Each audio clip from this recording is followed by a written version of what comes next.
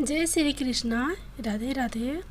आज आप लोग सुनेंगे सावन संकष्टी गणेश चतुर्थी व्रत की कथा।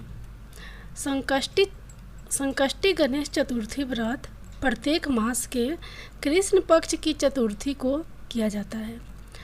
सावन मास के कृष्ण पक्ष की चतुर्थी को किया जाने वाला व्रत सावन संकष्टी गणेश चतुर्थी व्रत कहलाता है। भविष्य पुराण में कहा गया है कि जब मन संकटों से घिरा महसूस करे तो गणेश चतुर्थी का व्रत करें। इससे कष्ट दूर होते हैं और धर्म, अर्थ, मोक्ष, विद्या, धन व आरोग्य की प्राप्ति होती है। तो चलिए सुनते हैं सावन मास गणेश चतुर्थी व्रत की कथा। ऋषिगण पूछते हैं कि हे स्कंद कुमार, दरिद्रता, शोक, कुष्ठ आदि से विकलांग, शत्रुओं से संतपथ, राज से निष्कासित राज, सदैव दुखी रहने वाले, धनहीन, समस्त उपद्रवों से पीड़ित, विद्याहीन, संतानहीन, घर से निष्कासित लोगों, रोगियों एवं अपने कल्याण की कामना करने वाले लोगों को क्या उपाय करना चाहिए जिससे उनका कल्याण हो और उनके उपरोक्त कष्टों का निवारण हो? यदि आप कोई उपाय जानते हो तो उसे बतलाइए। स्वामी कार्तिकेय जी ने कहा, हे ऋषियों, आपने जो प्रश्न किया है उसके निवारणार्थ में आप लोगों को एक शुभदायक फल बतलाता हूँ, उसे सुनिए। इस व्रत के करने से पृथ्वी के समस्त प्राणी सभी संकटों से मुक्त हो जाते हैं। यह व्रत राज महापुण्यकारी एवं मानवों को सभी कार्यों में सफलता प्रदान करने वाला है। विशेषताएं, यदि इस व्रत को महिलाएं करें तो उन्हें संतान एवं सौभाग्य की वृद्धि होती है।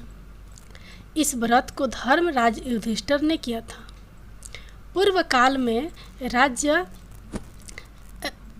में राज्य च्युत होकर अपने भाइयों के साथ जब धर्मराज वन में चले गए थे तो उस वनवास काल में भगवान श्री कृष्ण ने उनसे कहा था। युधिष्ठिर ने भगवान कृष्ण से अपने कष्टों का शर्मनार्थ जो प्रश्न किया था उस कथा को आप श्रवण कीजिए। युधिष्ठिर पूछते हैं कि हे पुरुषोत्तम, ऐसा कौन सा उपाय है जिससे हम वर्तमान संकटों से मुक्त हो सके? हे गदाधर, आप सर्वज्ञ हैं, हम लोगों को आगे अब किसी प्रकार का कष्ट ना भुगतना पड़े, ऐसा उपाय बतलाइए। स्कंद कुमार जी कहते हैं कि जब धैर्यवान युधिष्ठिर विनम्र भाव से हाथ जोड़कर बारंबार अपने कष्टों के निवारण का उपाय पूछने लगे तो भगवान श्री कृष्ण ने कहा कि हे राजन, संपूर्ण कामनाओं को पूर्ण करने वाला एक बहुत बड़ा गुप्त व्रत है। हे युधिष्ठिर, इस व्रत के संबंध में मैंने आज तक किसी को नहीं बतलाया है। हे राजन, प्राचीन काल में सतयुग की बात है कि पर्वतराज हिमालय की सुंदर कन्या पार्वती ने शंकर जी को पति रूप में प्राप्त करने के लिए गहन वन में जाकर कठोर तपस्या की, परंतु भगवान शिव प्रसन्न होकर प्रकट नहीं हुए। तब शैलतनया पार्वती जी ने अनादिकाल से विद्यमान गणेश जी का स्मरण किया। गणेश जी को उसी क्षण प्रकट देखकर पार्वती जी ने पूछा कि मैंने कठोर, दुर्लभ एवं लोमहर्षक तपस्या की किंतु अपने प्रिय भगवान शिव को प्राप्त ना कर सकी। वह कष्ट विनाशक दिव्य व्रत जिसे नारद जी ने कहा है और जो आपका ही व्रत है, उस प्राचीन व्रत के तत्व को आप मुझसे कहिए। पार्वती जी की बात सुनकर तत्कालीन सिद्धदाता गणेश जी उस कष्टनाशक शुभदायक व्रत को प्रेम से वर्णन करने लगे। गणेश जी ने कहा, हे अचल सूते, अत्यंत पुण्यकारी एवं समस्त कष्टनाशक व्रत को कीजिए। इसके करने से आपकी सभी आकांक्षाएं पूर्ण होगी और जो व्यक्ति इस व्रत को करेंगे उन्हें भी सफलता मिलेगी। सावन के कृष्ण चतुर्थी की रात्रि में चंद्रोदय होने पर पूजन करना चाहिए। उस दिन मन में संकल्प करें कि जब तक चंद्रोदय नहीं होगा मैं निराहार रहूंगी। पहले गणेश पूजन कर ही भोजन करूंगी। मन में ऐसा निश्चय करना चाहिए। इसके बाद सफ़ेद तिल के जल से स्नान करें, मेरा पूजन करें। यदि सामर्थ्य हो तो प्रति मास स्वर्ण की मूर्ति का पूजन करें। अभाव में चांदी, अष्टधातु अथवा मिट्टी की मूर्ति की ही पूजन करें। अपनी शक्ति के अनुसार सोने, चांदी, तांबे अथवा मिट्टी के कलश में जल भरकर उस पर गणेश जी की प्रतिमा स्थापित करें। मूर्ति कलश पर वस्त्राच्छादन करके अष्टदल कमल की आकृति बनावें और उसी मूर्ति की स्थापना करें। तत्पश्चात षोडशोपचार विधि से भक्ति पूर्वक पूजन करें। मूर्ति का ध्यान निम्न प्रकार से करें। हे लंबोदर, 4 भुजा वाले, 3 नेत्र वाले, लाल रंग वाले, हे नीलवर्ण वाले, शोभा के भंडार, प्रसन्न मुख वाले गणेश जी, मैं आपका ध्यान करती हूँ। हे गजानन, मैं आपका आह्वान करता या करती हूँ। हे विघ्नराज, आपको प्रणाम करती हूँ। यह आसन है। हे लंबोदर, यह आपके लिए पद है। हे शंकर सुवन, यह आपके लिए अर्ध है। हे उमापुत्र, यह आपके स्नार्थ जल है। हे वक्रतुंड, यह आपके लिए आचमनीय जल है। हे शुक्रकर्ण, यह आपके लिए वस्त्र है। हे सुशोभित, यह आपके लिए यज्ञोपवीत है। हे गणेश्वर, यह आपके लिए रोली चंदन है। हे विघ्न विनाश, यह आपके लिए फूल है। हे विकट, यह आपके लिए धूप बत्ती है। हे वामन, यह आपके लिए दीपक है। हे सर्वदेव, यह आपके लिए लड्डू का नैवेद्य है। हे देव, यह आपके निमित्त फल है। हे विघ्नहर्ता, यह आपके निमित्त मेरा प्रणाम है। प्रणाम करने के बाद क्षमा प्रार्थना करें। इस प्रकार रीति रिवाज से पूजन करके नाना प्रकार के प्रसादों को बनाकर भगवान को भोग लगाएं। हे देवी, शुद्ध देसी घी में 15 लड्डू बनाएं। सर्वप्रथम भगवान को लड्डू अर्पित करें, उसमें से 5 ब्राह्मणों को दे दें। अपने सामर्थ्य के अनुसार दक्षिणा देकर चंद्रोदय होने पर भक्ति भाव से अर्घ देवें। तदंतर 5 लड्डू का स्वयं भोजन करें। फिर हे देवी, तुम सब तिथियों में सर्वोत्तम हो, गणेश जी की परम प्रियतमा हो। हे चतुर्थी, हमारे द्वारा प्रदत्त अर्घ को ग्रहण करो। तुम्हें प्रणाम है। निम्न प्रकार से चंद्रमा को अर्घ प्रदान करें। क्षीर सागर से उत्पन्न हे लक्ष्मी के भाई, हे निशाकर रोहिणी सहित, हे शशि, मेरे दिए हुए अर्घ को ग्रहण कीजिए। गणेश जी को इस प्रकार प्रणाम करें। हे लंबोदर, आप संपूर्ण इच्छाओं को पूर्ण करने वाले हैं, आपको प्रणाम है। हे समस्त विघ्नों के नाशक, आप मेरी अभिलाषाओं को पूर्ण करें। तत्पश्चात ब्राह्मण की प्रार्थना करें। हे दिव्यराज, आपको नमस्कार है। आप साक्षात देव स्वरूप हैं। गणेश जी प्रसन्नता के लिए हम आपको लड्डू समर्पित कर रहे हैं। आप हम दोनों का उद्धार करने के लिए दक्षिणा सहित इन 5 लड्डुओं को स्वीकार करें। हम आपको नमस्कार करते हैं। इसके बाद ब्राह्मण भोजन कराकर गणेश जी से प्रार्थना करें। यदि इन सब कार्यों के करने को शक्ति ना हो तो अपने भाई बंधुओं के साथ दही एवं पूजन में निवेदित पदार्थ का भोजन करें, प्रार्थना करके प्रतिमा का विसर्जन करें और अपने गुरु को अन्य वस्त्र आदि एवं दक्षिणा के साथ मूर्ति दे देवे। इस प्रकार से विसर्जन करें। हे देवों में श्रेष्ठ गणेश जी, आप अपने स्थान को प्रस्थान कीजिए एवं इस व्रत पूजा के फल को दीजिए।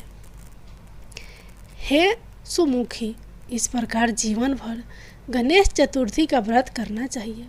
यदि जन्म भर ना कर सके तो 21 वर्ष तक करें। यदि इतना करना भी संभव ना हो तो 1 वर्ष तक 12 महीने के व्रत को करें। यदि इतना भी ना कर सके तो वर्ष के 1 मास को अवश्य ही व्रत करें और श्रावण चतुर्थी के व्रत का उद्यापन करें। गणेश भगवान की जय हो। अब आप लोग सुनिए 12 महीने सुने जाने वाली संकष्टी चतुर्थी व्रत की कथाएं। पौराणिक एवं प्रचलित श्री गणेश कथा के अनुसार एक बार देवता कई विपदाओं में घिरे थे। तब वह मदद मांगने भगवान शिव के पास आए। उस समय शिव के साथ कार्तिकेय तथा गणेश जी भी बैठे थे। देवताओं की बात सुनकर शिवजी ने कार्तिकेय व गणेश जी से पूछा कि तुम में से कौन देवताओं के कष्टों का निवारण कर सकता है। तब कार्तिकेय व गणेश जी दोनों ने ही स्वयं को इस कार्य के लिए समक्ष बताया। इस पर भगवान शिव ने दोनों की परीक्षा लेते हुए कहा कि तुम दोनों में से जो सबसे पहले पृथ्वी की परिक्रमा करके आएगा वही देवताओं की मदद करने जाएगा। भगवान शिव के मुख से यह वचन सुनते ही कार्तिकेय अपने वाहन मोर पर बैठकर पृथ्वी की परिक्रमा के लिए निकल गए। परंतु गणेश जी सोच में पड़ गए कि वह चूहे के ऊपर चढ़कर सारी पृथ्वी की परिक्रमा करेंगे तो इस कार्य में उन्हें बहुत समय लग जाएगा। तभी उन्हें एक उपाय सूझा। गणेश अपने स्थान से उठे और अपने माता पिता की 7 बार परिक्रमा करके वापस बैठ गए। परिक्रमा करके लौटने पर कार्तिकेय स्वयं को विजेता बताने लगे। तब शिव जी ने श्री गणेश जी से पृथ्वी की परिक्रमा ना करने का कारण पूछा। तब गणेश जी ने कहा, माता पिता के चरणों में ही समस्त लोक है। यह सुनकर भगवान शिव ने गणेश जी को देवताओं के संकट दूर करने की आज्ञा दी। इस प्रकार भगवान शिव ने गणेश जी को आशीर्वाद दिया कि चतुर्थी के दिन जो तुम्हारा पूजन करेगा और रात्रि में चंद्रमा को अर्घ्य देगा उसके तीनों ताप यानी दैहिक ताप, दैविक ताप और भौतिक ताप दूर होंगे। इस व्रत को करने से व्रतधारी के सभी तरह के दुख दूर होंगे और उन्हें जीवन के भौतिक सुखों की प्राप्ति होगी। चारों तरफ से मनुष्य की सुख समृद्धि बढ़ेगी। पुत्र आदि धन ऐश्वर्य की कमी नहीं रहेगी। अब आप लोग सुनिए दूसरी कथा। एक समय की बात है, राजा हरिश्चंद्र के राज्य में एक कुम्हार था। वह मिट्टी के बर्तन बनाता लेकिन वे कच्चे रह जाते थे। एक पुजारी की सलाह पर उसने इस समस्या को दूर करने के लिए एक छोटे बालक को मिट्टी के बर्तनों के साथ आवा में डाल दिया। उस दिन संकष्टी चतुर्थी का दिन था। उस बच्चे की माँ अपने बेटे के लिए परेशान थी। उसने गणेश जी से बेटे की कुशलता की प्रार्थना की। दूसरे दिन जब कुम्हार ने सुबह उठकर देखा तो आवा में उसके बर्तन तो पक गए थे लेकिन बच्चे का बाल बांका भी नहीं हुआ था। वह डर गया और राजा के दरबार में जाकर सारी घटना बताई। इसके बाद राजा ने उस बच्चे और उसकी माँ को बुलवाया तो माँ ने सभी तरह के विघ्न को दूर करने वाली संकष्टी चतुर्थी का वर्णन किया। इस घटना के बाद से महिलाएं संतान और परिवार के सौभाग्य के लिए संकट चौथ का व्रत करने लगी। अगली कथा सुनिए आप लोग। एक समय की बात है, विष्णु भगवान का विवाह लक्ष्मी जी के साथ निश्चित हो गया था। विवाह की तैयारी होने लगी। सभी देवताओं को निमंत्रण भेजे गए, परंतु गणेश जी को निमंत्रण नहीं दिया गया। कारण जो भी रहा हो, अब भगवान विष्णु की बारात जाने का समय आ गया। सभी देवता अपनी पत्नियों के साथ विवाह समारोह में आए। उन सब ने देखा कि गणेश जी कहीं दिखाई नहीं दे रहे हैं। तब वे आपस में चर्चा करने लगे कि क्या गणेश जी को नहीं न्योता है या स्वयं गणेश जी ही नहीं आए हैं। सभी को इस बात पर आश्चर्य होने लगा। तभी सबने विचार किया कि विष्णु भगवान से ही इसका कारण पूछा जाए। विष्णु भगवान से पूछने पर उन्होंने कहा कि हमने गणेश जी के पिता भोलेनाथ महादेव को न्योता भेजा है। यदि गणेश जी अपने पिता के साथ आना चाहते तो आ जाते। अलग से न्योता देने की कोई आवश्यकता भी नहीं थी। दूसरी बात यह है कि उनको 1.25 मन मूंग, 1.25 मन चावल, 1.25 मन घी और 1.25 मन लड्डू का भोजन दिन भर में चाहिए। यदि गणेश जी नहीं आएंगे तो कोई बात नहीं, दूसरे के घर जाकर इतना सारा खाना पीना अच्छा भी नहीं लगता। इतनी वार्ता कर ही रहे थे कि किसी एक ने सुझाव दिया, यदि गणेश जी आ भी जाएं तो उनको द्वारपाल बनाकर बैठा देंगे कि आप घर की याद रखना। आप तो चूहे पर बैठकर धीरे धीरे चलेंगे तो बारात से बहुत पीछे रह जाओगे। यह सुझाव भी सबको पसंद आ गया तो विष्णु भगवान ने भी अपनी सहमति दे दी। होना क्या था कि इतने में गणेश जी वहाँ आ पहुँचे और उन्हें समझा बुझाकर घर की रखवाली करने बैठा दिया। बारात चल दी। तब नारद जी ने देखा कि गणेश जी तो दरवाजे पर ही बैठे हुए हैं, तो वे गणेश जी के पास गए और रुकने का कारण पूछा। गणेश जी कहने लगे कि विष्णु भगवान ने मेरा बहुत अपमान किया है। नारद जी ने कहा कि आप अपने मूषक सेना को आगे भेज दें तो वह रास्ता खोद देगी, जिससे उनके वाहन धरती में धंस जाएंगे। तब आपको सम्मानपूर्वक बुलाना पड़ेगा। अब तो गणेश जी ने अपनी मूषक सेना जल्दी से आगे भेज दी और सेना ने जमीन खोद कर दी। जब बारात वहाँ से निकली तो रथों के पहियों धरती में धंस गए। लाख कोशिश करे परंतु पहिए नहीं निकले। सभी ने अपने अपने उपाय किए परंतु पहिए तो नहीं निकले, बल्कि जगह जगह से टूट गए। किसी की समक्ष में नहीं आ रहा था कि अब क्या किया जाए। तब तो नारद जी ने कहा, आप लोगों ने गणेश जी का अपमान करके अच्छा नहीं किया। यदि उन्हें मनाकर लाया जाए तो आपका कार्य सिद्ध हो सकता है और यह संकट टल सकता है। शंकर भगवान ने अपने दूध नंदी को भेजा और वे गणेश जी को लेकर आए। गणेश जी का आदर सम्मान के साथ पूजन किया। तब कहीं रथ के पहिए निकले। अब रथ के पहिए निकल तो गए परंतु वे टूट फूट गए, तो उन्हें सुधारे कौन। पास के खेत में खाती काम कर रहा था, उसे बुलाया गया। खाती अपना कार्य करने के पहले श्री गणेशाय नमः कहकर गणेश जी का वंदना मन ही मन करने लगा। देखते ही देखते खाती ने सभी पहियों को ठीक कर दिया। तब खाती कहने लगा कि हे देवताओं, आपने सर्वप्रथम गणेश जी को नहीं मनाया होगा और ना ही उनकी पूजन की होगी, इसलिए तो आपके साथ यह संकट आया है। हम तो मूर्ख अज्ञानी हैं, फिर भी पहले गणेश जी को पूजते हैं, उनका ध्यान करते हैं। आप लोग तो देवतागण हैं, फिर भी आप गणेश जी को कैसे भूल गए। अब आप लोग भगवान श्री गणेश जी की जय बोलकर जाएं तो आपके सब काम बन जाएंगे और कोई संकट भी नहीं आएगा। ऐसा कहते हुए बारात वहाँ से चल दी और विष्णु भगवान का लक्ष्मी जी के साथ विवाह संपन्न करा के सभी सकुशल घर लौट आए। हे गणेश जी महाराज, आपने विष्णु भगवान को जैसो फल दिए वैसे सबको देना। बोलो गजानन भगवान की जय हो। अब आप लोग सुनिए अगली कथा।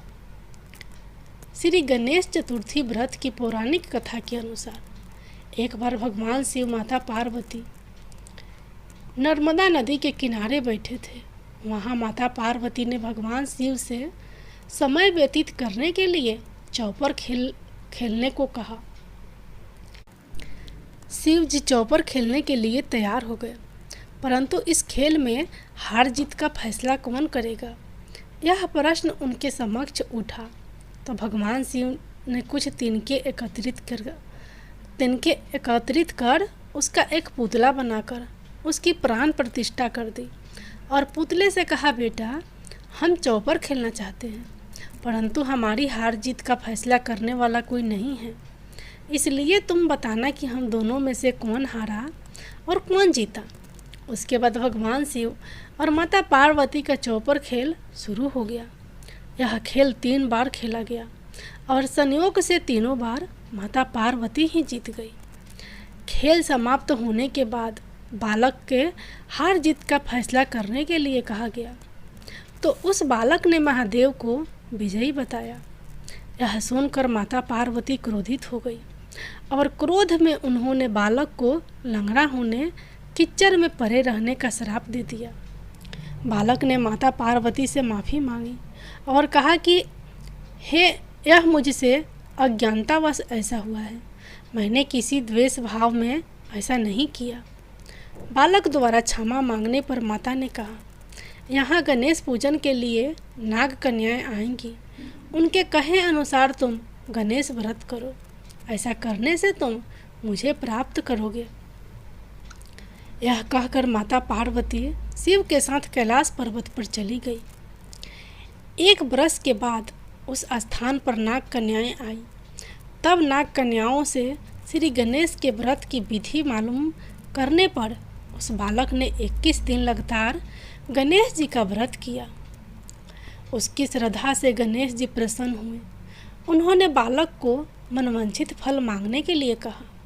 उस पर बालक ने कहा, हे विनायक, मुझ में इतनी शक्ति दीजिए कि मैं अपने पैरों से चलकर अपने माता पिता के साथ कैलाश पर्वत पर पहुंच सकूं और वे यह देख प्रसन्न हो।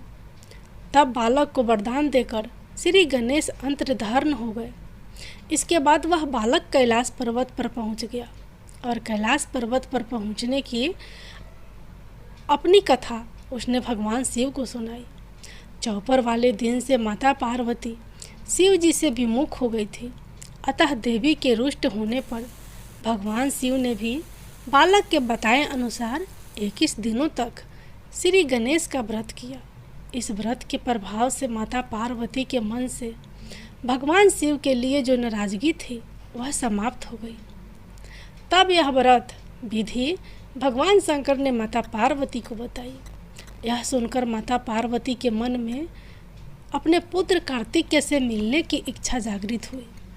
तब माता पार्वती ने भी 21 दिन तक श्री गणेश का व्रत किया तथा दुर्वा फूल और लड्डुओं से गणेश जी का पूजन अर्चन किया। व्रत के 21वें दिन कार्तिकेय स्वयं माता पार्वती जी से आ मिले। उस दिन से श्री गणेश चतुर्थी का यह व्रत समस्त मनोकामनाओं की पूर्ति करने वाला व्रत माना जाता है। इस व्रत को करने से मनुष्य के सारे कष्ट दूर होकर मनुष्य को समस्त सुख सुविधाएं प्राप्त होती है। गणेश भगवान की जय हो।